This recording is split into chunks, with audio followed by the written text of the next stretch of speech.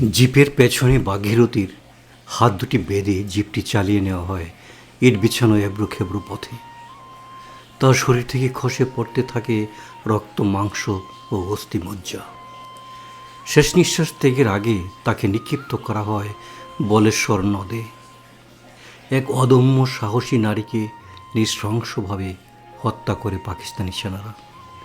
ভাগীরথীর করুণ, মর্মস্পর্শী ও নিদারুণ বেদনার বাস্তব ঘটনা অবলম্বনে কথাসাহিত্যিক মনি হায়দার রচনা করেন মুক্তিযুদ্ধের একটি অসামান্য উপন্যাস কিংবদন্তির ভাগীরথী।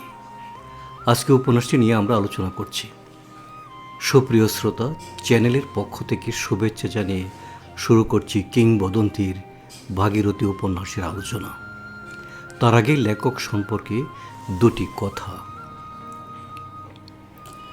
বর্তমান সময়ের বাংলাদেশের জনপ্রিয় এবং খ্যাতিমান দাপুটে কথাসাহিত্যিক মনি হায়দার 4 যুগ ধরে কথাসাহিত্যের ক্যানভাস রাঙিয়ে আসছেন নিরলস শিল্পীর মতো। আমাদের গল্প পাড়ায় মনি হায়দারের সরব দৃষ্টিকারা উপস্থিতি সাহিত্যপ্রেমীদের কাছে একটি প্রিয় নাম। তিনি প্রায় 300 গল্প লিখেছেন এবং সম্পাদনা করেছেন বেশ কয়েকটি গল্পগ্রন্থ। তার সব গল্প এখনও গ্রন্থের মলাটবন্দি হয়নি বলে গল্পগ্রন্থের সংখ্যা খুব বেশি আমাদের হাতে নেই। উল্লেখযোগ্য গল্পগ্রন্থ হল ন্যাড়া একটি বৃক্ষের নাম, জিওবার মিছিল, ইলিশের মাংস, উজানগের অমরনাথ এবং গল্প 50 ইত্যাদি। তার অনেকগুলো শিশুতোষ গল্পের বই রয়েছে। এগুলির মধ্যে মুক্তিযুদ্ধের কয়েকটি সেরা কিশোর গল্প, পাতলা দার সিরিজ গল্পগুলো শিশু কিশোরদের কাছে বেশ জনপ্রিয়। মনি হায়দার মুক্তিযুদ্ধ, বঙ্গবন্ধু এবং শেখ রাসেলকে নিয়ে লিখেছেন অনেক গল্প। সম্পাদনও করেছেন বেশ কিছু গল্পগ্রন্থ। এর মধ্যে উল্লেখযোগ্য 12 বনিতাদের গল্প, গল্পকারের পছন্দের 50 গল্প এবং মুক্তিযুদ্ধের 50 গল্প। তিনি তরুণ লেখকদেরকে লেখার জন্য উৎসাহিত করেন এবং তাদের লেখা আন্তরিকতা ও যত্নের সঙ্গে সংকলনে স্থান দিয়ে থাকেন। তার আন্তরিকতা ও সাহিত্যকর্ম একদিকে বাংলা সাহিত্যকে সমৃদ্ধ করছে এবং অন্যদিকে লেখক ও পাঠককে পাঠের খোরাক যোগাচ্ছে। মনি হায়দারের উপন্যাসের সংখ্যা খুব বেশি নয়, মাত্র কয়েকটি। তার মোকাম সদরঘাট উপন্যাসটি অত্যন্ত আলোচিত এবং জনপ্রিয়। তিনি জীবনীভিত্তিক উপন্যাস লিখেছেন কয়েকটি। ভাগীরথীর জীবনীভিত্তিক উপন্যাস কিংবদন্তির ভাগীরথী জনপ্রিয় উপন্যাস হিসেবে পাঠকের কাছে সমাদৃত। এই উপন্যাসটি পাঠকের মন নাড়িয়ে দিয়েছে। পিরোজপুর শহরের একজন হতদরিদ্র মুচির তরুণী ও সুন্দরী স্ত্রী ভাগীরথীর মর্মস্পর্শী জীবনগাথা পাঠককে বেদনাসিক্ত করে। আবারও বলছি, এটি কল্পকাহিনী নয়, বাস্তব কাহিনী অবলম্বনে রচিত। তাই বলা যায় এটি মুক্তিযুদ্ধের একটি ডকুমেন্টারি উপন্যাস। উপন্যাসের কাহিনী সংক্ষেপ। উপন্যাসের শুরু থেকে শেষ পর্যন্ত যে সমস্ত ঘটনা মুক্তিযুদ্ধে সংঘটিত হয়েছে তার অনেক বাস্তব ঘটনা ও কাহিনীর নিখুঁত বর্ণনা এই উপন্যাসে পাওয়া যায়। এই উপন্যাস শুধু উপন্যাসই নয়, এটি স্বাধীনতা যুদ্ধের একটি স্ন্যাপশট, একটি দলিল। মুক্তিকামী মানুষের চেতনার, সাহসের, আত্মত্যাগের বিয়োগুল যেন বেজে ওঠে উপন্যাসের পাতায় পাতায়। পিরোজপুর জেলা শহরে অসংখ্য মানুষের আত্মত্যাগ থাকলেও ভাগীরথীর হৃদয় বিদারক ও নির্দয় হত্যাকাণ্ডের কারণে একটি দীপ্যমান নক্ষত্র হয়ে জ্বলজ্বল করে জ্বলবে বাংলাদেশের স্বাধীনতা সংগ্রামী ইতিহাসের পাতায় এবং আমাদের সাহিত্যে। উপন্যাসের শুরুটা হয়েছে, শ্যাম, ও শ্যাম, মৃদু গলায় ফিসফিসিয়ে কেউ ডাকছে। পুরো শব্দটিতে জিজ্ঞাসা চিহ্ন। সাধারণত উপন্যাসের শুরুতে উপন্যাসের প্রেক্ষাপট বর্ণনা পাওয়া যায়, আবার অনেক ঔপন্যাসিক দীর্ঘ বাক্য দিয়েও শুরু করেন। তবে কোনো কোনো উপন্যাসের সংলাপ থেকে প্রেক্ষাপটে ক্রমে একের পর এক ঘটনা গ্রন্থিত হতে থাকে, এমনও দেখা যায়। এদিক থেকে মনি হায়দার একটি মাত্র শব্দ দিয়ে উপন্যাসের যাত্রা শুরু করে দ্বিতীয় ধারায় কাহিনীর বয়ান রচনা করেছেন এবং 119 পৃষ্ঠায় মাকু টেনে সর্বশেষ কষ্টের নীল রঙের দীর্ঘশ্বাসের সুতোটি গেঁথে সমাপ্ত করেছেন। ঘনশ্যাম পেশায় মুচি। ভাগীরথী স্ত্রী ঘনশ্যাম এবং তাদের 4 বছরের ছেলে লালশ্যাম, এই তিনজনের সুখী এবং সুন্দর পরিবারটি জামাতি রাজাকার আর পাক সেনাদের নির্মম ও পৈশাচিক উল্লাসের মধ্য দিয়ে লণ্ডভণ্ড হয়ে যায় এবং পাঠককে নাড়া দিয়ে যায়, পাঠকের জন্য রেখে যায় দীর্ঘশ্বাস। একথা অনস্বীকার্য যে স্বাধীনতা যুদ্ধের সময় এদেশের মুক্তিকামী মানুষের মধ্যে সাম্প্রদায়িক সম্প্রীতিও বিদ্যমান ছিল। তবে যারা এদেশের স্বাধীনতা চায়নি তারা চরম সাম্প্রদায়িকতার বিষবাষ্প ছড়িয়েছিল। তারাই রাজাকার, আলবদর আর আল শামস ইত্যাদি বাহিনীতে যোগ দিয়ে মুক্তিযোদ্ধাদের পরাস্ত করতে চেয়েছিল এবং তারাই হিন্দুদের উপর সবচেয়ে বেশি জুলুম, সম্পদ লুটপাট ও নারী নির্যাতনের পুরোধা ছিল। আলোচ্য উপন্যাসে লেখক অত্যন্ত দক্ষতার সঙ্গে মুক্তিকামী এবং স্বাধীনতাকামী মানুষের মধ্যে সম্প্রীতি ও ভালোবাসার চিত্র চিত্রিত করেছেন। আলোচনায় এসে যে ক্ষুদ্র স্থান জুড়ে কিন্তু ব্যাপ্তিতে ও গভীরতায় বিস্তৃত এবং অত্যন্ত তাৎপর্যপূর্ণ। উপন্যাসের মূল কাহিনী দীর্ঘ বিস্তরে বিস্তৃত নয়। তৎকালীন মহকুমা শহর পিরোজপুর থেকে শত শত মানুষের মতোই ঘনশ্যামও তার পরিবারকে নিয়ে ভারতে চলে যাওয়ার জন্য সব গুছিয়ে রেখেছে। ঘুটঘুটে অন্ধকার রাতে ভারতে পৌঁছে দেওয়ার মতো কিছু মানুষও যেন পুঁজিবিহীন নতুন পেশায় নেমেছে। সেই পৌঁছে দেওয়ার মানুষের মধ্যে একজন আব্দুর রহিম। আব্দুর রহিমের সঙ্গে ঘনশ্যামের ভারতে চলে যাওয়ার সমস্ত আয়োজন সম্পন্ন হয়েছিল, কিন্তু আয়োজন পণ্ড হয়ে যায় সুলতান মাহমুদের ষড়যন্ত্রে। সুলতান মাহমুদের ইশারায় পাকিস্তানি আর্মির ক্যাপ্টেন আলী মোহাম্মদ দলবল নিয়ে এক রাতে ভাগীরথীকে লুপে নিয়ে যায়। দৃশ্যকল্পটি যেভাবে চিত্রিত হয়েছে তাতে মনে হয় কোনো বুভুক্ষ বাঘ যেন একটি হরিণ শাবককে অবলীলায় ধরে নিয়ে গেছে। যুদ্ধের সময় এরূপ দৃশ্য বাংলাদেশের সদ্ব্রতই ছিল। পাকিস্তানি হানাদাররা যে নারী নির্যাতন করেছে তা পৃথিবীর ইতিহাসে পুঁথি দুর্গন্ধময়, কলঙ্কজনক। হাই স্কুল ছিল পাকিস্তানি হানাদার আর তাদের দোসরদের ক্যাম্প। সুলতান মাহমুদের চরিত্রটিও লেখক সৃষ্টি করেছেন বাস্তবতার আঙ্গিকে। স্বাধীনতা সংগ্রামের সময় পাকিস্তানি হানাদারদের এদেশের 5 গোলামদের সহযোগিতায় একটি চরিত্র শুধু নির্মমতার কথাই পাঠককে জানায় না, সঙ্গে সঙ্গে এরা যে কতটা হিংস্র ও পৈশাচিক কাজে লিপ্ত হতো সে কথাও মনে করিয়ে দেয়। ডক্টর নীলিমা ইব্রাহিমের আমি বীরঙ্গনা বলছি ডকুমেন্টারি গ্রন্থটিতে 6 তরুণীর ক্যাম্পের নির্যাতনের বাস্তব কাহিনীর যে করুণ ও লোমহর্ষক বর্ণনা রয়েছে তার প্রতিফলন যেন মনি হায়দারের উপন্যাসেও খোদিত হয়েছে। বস্তুত প্রতিটি ক্যাম্পে বাংলাদেশের নারীদের উপর নির্যাতনের ফরম্যাট ছিল একই ধরনের। ভাগীরথীও এই ফরম্যাটের বাইরে ছিলেন না। এই উপন্যাসের পাঠান্তে পাঠকের মনে অনেক প্রশ্ন জাগতে পারে যে পাকিস্তানি হানাদাররা এদেশে যুদ্ধ করে পবিত্র পাকিস্তানকে রক্ষা করতে আসেনি, এসেছিল মদ্যপান করতে আর নারী নির্যাতন করতে। প্রতিটি সৈনিকের মধ্যে ছিল সঙ্গমের পাশবিক উন্মত্ততা। পশুদের সঙ্গম উন্মত্ততার রসদ জুগিয়েছে পাকিস্তান প্রেমী এদেশের রাজাকার ও আলবদর গোষ্ঠী। উপন্যাসটি মূলত ভাগীরথীকে কেন্দ্র করে এগিয়ে গেলেও পিরোজপুর শহর ও আশপাশে পাকিস্তানি হানাদারদের আরও নিষ্ঠুরতার চিত্র চিত্রিত হয়েছে।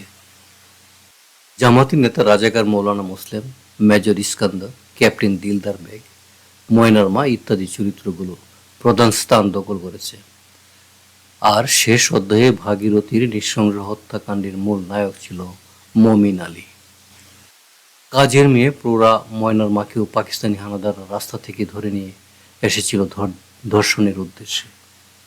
পরে যখন অন্য তরুণ বয়সী ও সুশ্রী মেয়েকে ওরা ক্যাম্পে পেয়ে যায় তখন ময়নার মাকে রাঁধুনি ও বুয়ার কাজ দিয়ে রেখে দেয়। মেয়েদের নির্যাতনের যৌনাবৃত্তি, গোপনে অস্ত্র বিসর্জনকারিণী কুলহারা ময়নার মায়ের কিছু করার না থাকলেও গুরুত্বপূর্ণ তথ্য আদান প্রদান করে ক্যাম্পের ভিতরে একদিন ভাগীরথীকে জাগিয়ে তোলেন। এদিক থেকে ময়নার মায়ের চরিত্রটিও তাৎপর্যপূর্ণ স্থান দখল করেছে। ক্যাম্পে থাকাকালে ভাগীরথীর মনে একদিন মাতৃত্বের জোয়ার প্রবল হয়ে ওঠে। লালশ্যামের জন্য তার প্রাণ কাঁদে।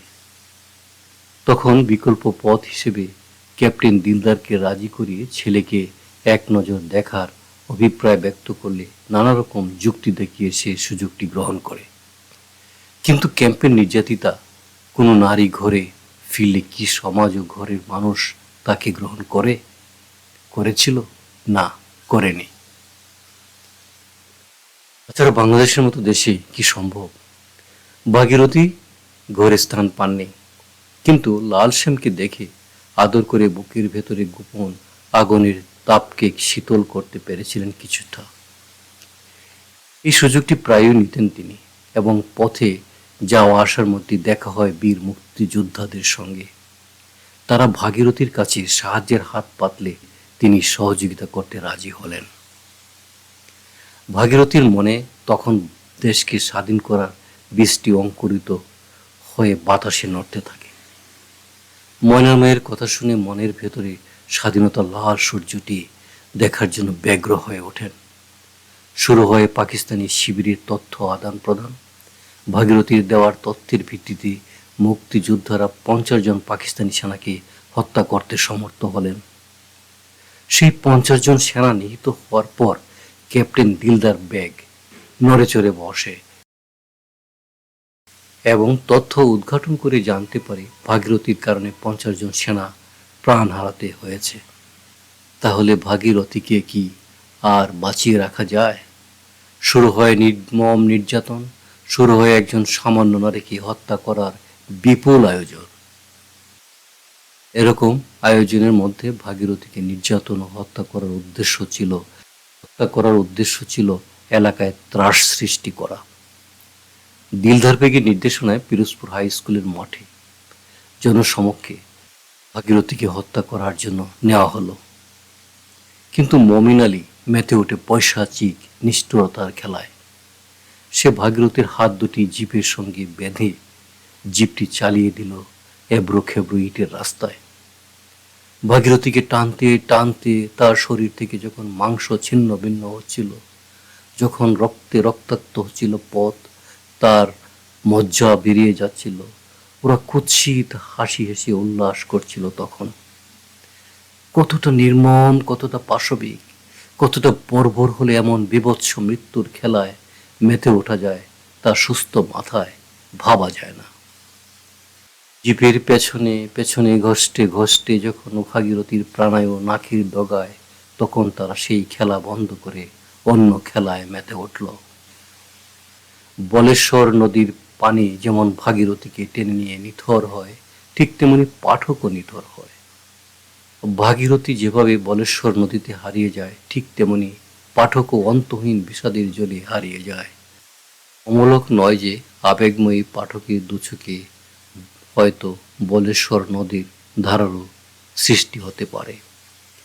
মুক্তিযুদ্ধের উপর অনেক সাহিত্য রচিত হয়েছে, যেমন গল্প, উপন্যাস, প্রবন্ধ, কবিতা, ছড়া, নাটক, গান, সিনেমা। এরপর কি শেষ হবে মুক্তিযুদ্ধকে নিয়ে লেখা? যদি শেষই হতো, তাহলে স্বাধীনতার এত বছর কেন আমরা কিংবদন্তি ভাগীরথী উপন্যাসের সন্ধান পেলাম? কিংবা যুদ্ধের খেলা প্রজন্ম থেকে প্রজন্ম ছড়িয়ে যাবে, ছাপিয়ে যাবে আমাদের সাহিত্যে সেসব লোমহর্ষক, মর্মান্তিক, করুণ, নির্দয় পাশবিক কাহিনীতে। ব্রিটিশদের বিরুদ্ধে আন্দোলনে যেসব নারী স্বাধীনতার আন্দোলন করে ইতিহাসে তাঁদের নাম স্বর্ণাক্ষরে লিখিয়ে গেছেন, তাদের মধ্যে নাচলের ইলা মিত্র এবং চট্টগ্রামের প্রীতিলতার নাম আমাদের সর্বাগ্রে মনে পড়ে। কিন্তু ভাগীরথী যে স্বাধীনতার জন্য আত্মত্যাগ করেছেন এবং মুক্তিযোদ্ধাদের সহযোগিতা করতে গিয়ে তিনি যে ধরনের নিষ্ঠুরতার শিকার হয়েছেন, তা ইতিহাসে দুর্লভ। আমাদের স্বাধীনতার আন্দোলন কেবল ৭১-এর মধ্যে সীমাবদ্ধ রেখে স্বাধীনতার আলোচনা করলে আমাদের গৌরব উজ্জ্বল আত্মত্যাগের ইতিহাস ম্লান হয়ে যায়। আমাদের স্বাধীনতার প্রেক্ষাপট তৈরি হয়েছে দীর্ঘদিন ধরে, বিশেষ করে ৫২-র ভাষা আন্দোলন, ৫৪-এর যুক্তফ্রন্টের নির্বাচন, ৬৬-র ৬ দফা আন্দোলন ও ঊনসত্তরের গণঅভ্যুত্থান, 70-এর নির্বাচন, বিপুল জনসমর্থনে আওয়ামী লীগের বিজয় এবং সর্বশেষ 71-এর রক্তক্ষয়ী যুদ্ধের মধ্য দিয়ে আমাদের স্বাধীনতা অর্জিত হয়েছে। প্রতিটি স্তর পুরুষের পাশাপাশি নারীরাও যে সাহসী ভূমিকা রেখেছেন তা সারা বিশ্বের মুক্তিকামী মানুষের জন্য অনুকরণীয় দৃষ্টান্ত। ইতিহাস থেকে ইলা মিত্র এবং প্রীতিলতাকে যে পৈশাচিক নির্যাতনের বর্ণনা আমরা জানতে পারি, তার চেয়ে অনেক গুণ বেশি পৈশাচিক ও নিষ্ঠুর নির্যাতন চালানো হয়েছে ভাগীরথীর উপর এবং আরো অসংখ্য বীরাঙ্গনাদের উপর। বাশার খান সম্পাদিত সংগ্রামী নারী 52 ও 71 বইটিতে আমরা সংগ্রামী নারীদের সাক্ষাৎকার 9 জনের ভাষা আন্দোলনের এবং 15-16 জনের লেখা রয়েছে। যদিও সাক্ষাৎকার ছাড়াও আরো 2-3টি অধ্যায় সংযোজিত হয়েছে, কিন্তু সেখানে তারামন বিবি, বীর বিক্রম এবং ভাগীরথীর মতো বীর নারীদের কোনো লেখা চোখে পড়েনি।